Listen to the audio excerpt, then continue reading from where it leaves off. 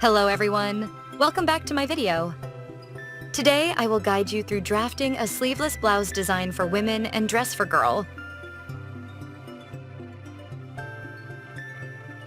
This is a basic pattern drafted based on instructions from a pattern drafting ebook. In this pattern drafting video series, I'll focus on drafting for a rectangle body shape. In each body shape category, there are various variations. These variations may arise due to factors like genetics, hormonal changes, or simply weight gain or loss.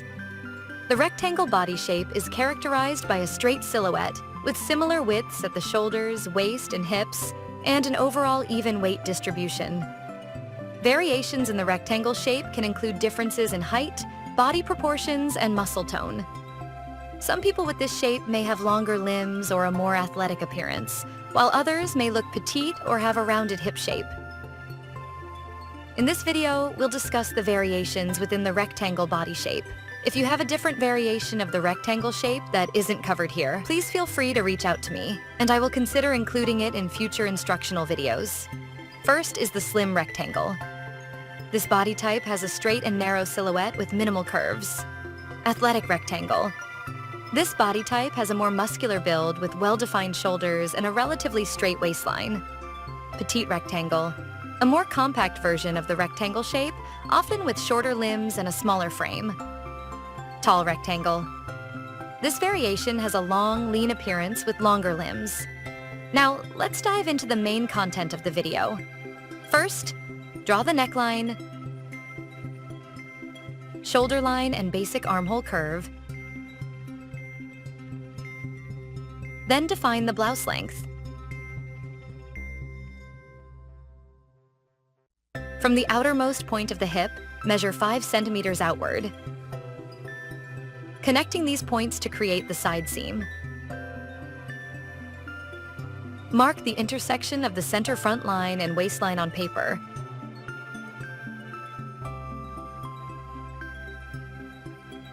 Then connect from the neckline to the marked point, extending the line. Draw a perpendicular line from the side seam to the center front line. Next, draw the hemline, ensuring it meets the side seam at a right angle or a slightly obtuse angle, 90 to 95 degrees.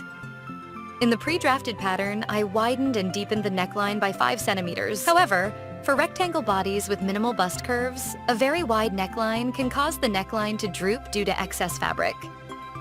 So for rectangle shapes, I recommend widening and deepening the neckline by about 4 centimeters. However, if you prefer a wider neckline, I'll show you how to handle excess fabric around the neckline in this video.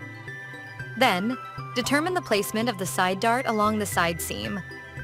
Since the blouse is loose in both width and length, adjust the side dart's position accordingly. Measure approximately 9 centimeters down from the armhole to locate the side dart, with the width of the side dart matching the width in the basic pattern. Connect below the bust. The side dart angles slightly upward, pointing toward the bust apex, stopping 4 to 5 centimeters from the apex.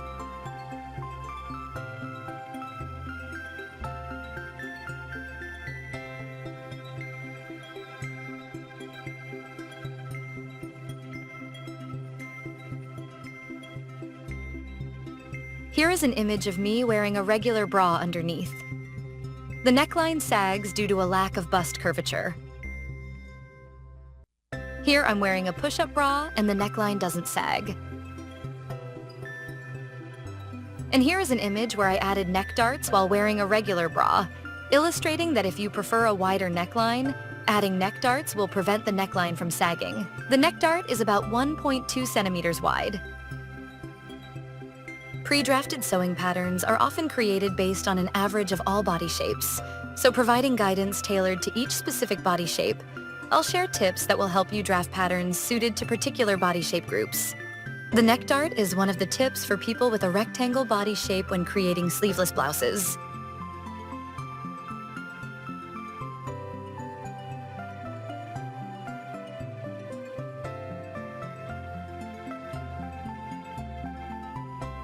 Now, close the neck dart.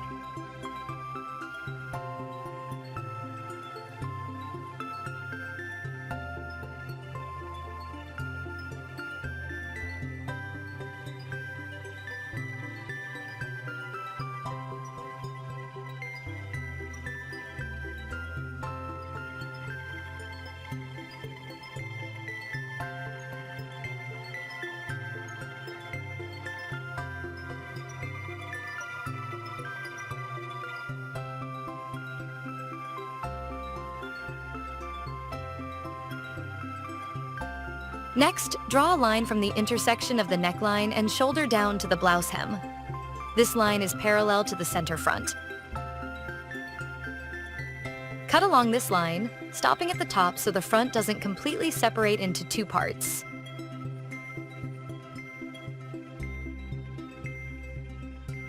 Then open it up by 10 centimeters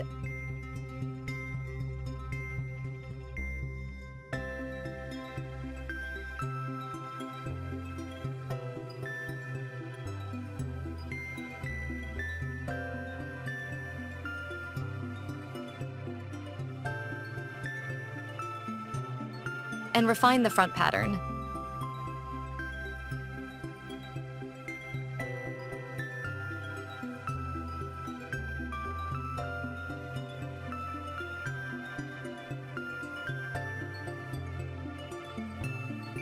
Now, let's move on to drafting the back. Draw the neckline, shoulder, and armhole on the paper.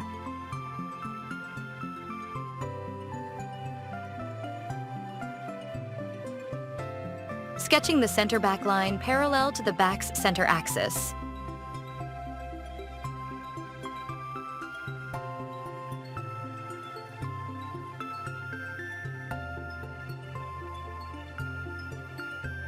Mark the front neckline width on the back piece.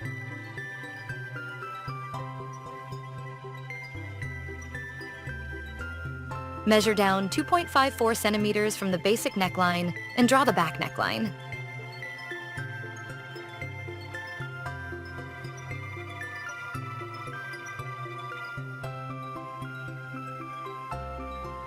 Next is a curve below the neckline. Depending on your preferred width and depth, my design's depth is 10 centimeters, and the width is 1.2 centimeters.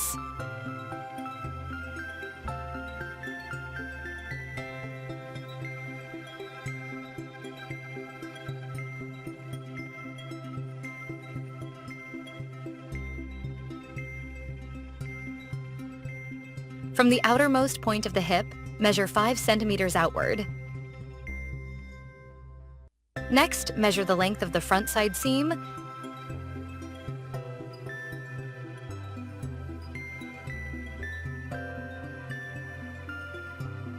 then draw the backside seam so that the length of the backside seam matches the front.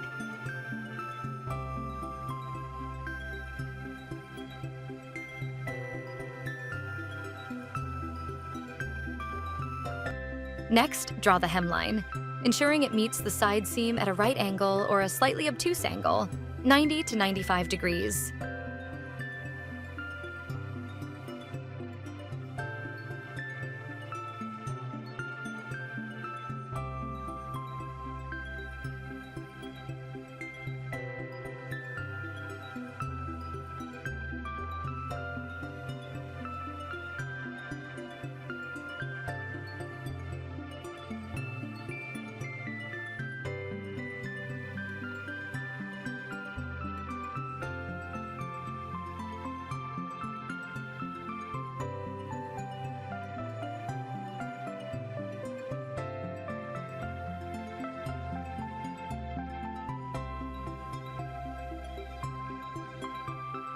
Extend the back by 10 centimeters, similar to the front.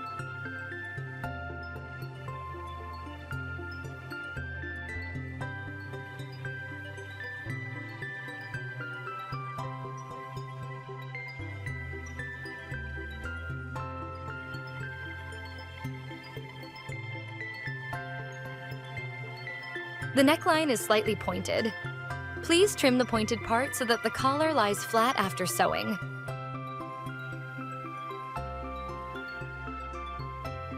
Here are the two pattern pieces for the front and back of the blouse. Within the rectangle body shape, there's a variation called the athletic rectangle.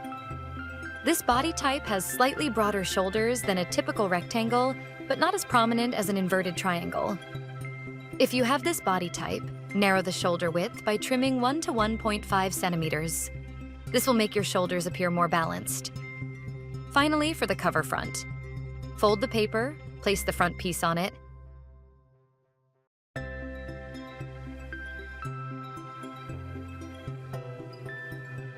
Align the front center with the fold and trace the front pattern onto the paper.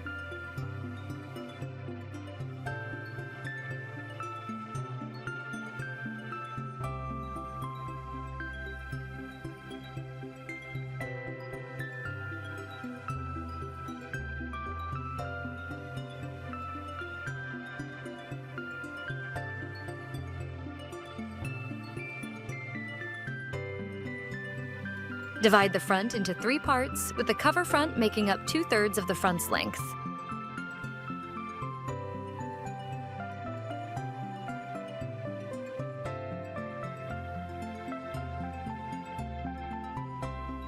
Cut it out and draw the curve for the cover front.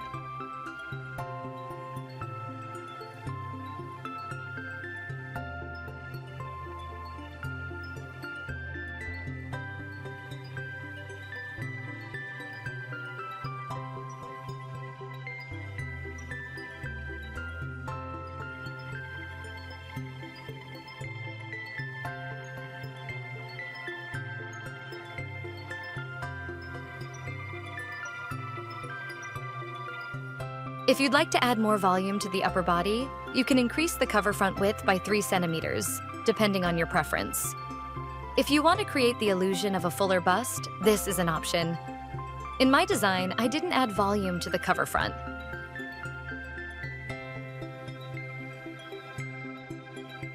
I've shown you how to draft a sleeveless blouse pattern for a rectangle body shape.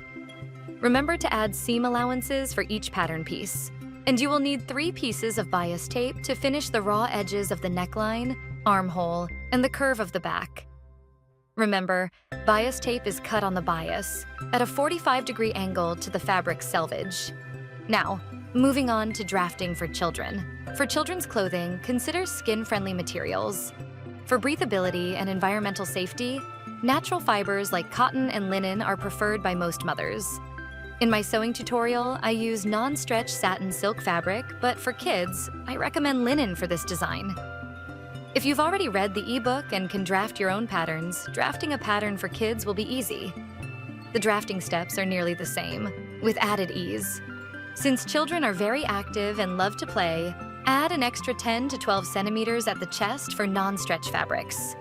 Then, flare it out to create an A-line dress. Shoulder width remains the same. Depending on the child's preferences, you can choose to add volume to either the upper or lower body, or even both. The approach is similar to drafting for adults. Finally, remember to add seam allowances for each pattern piece,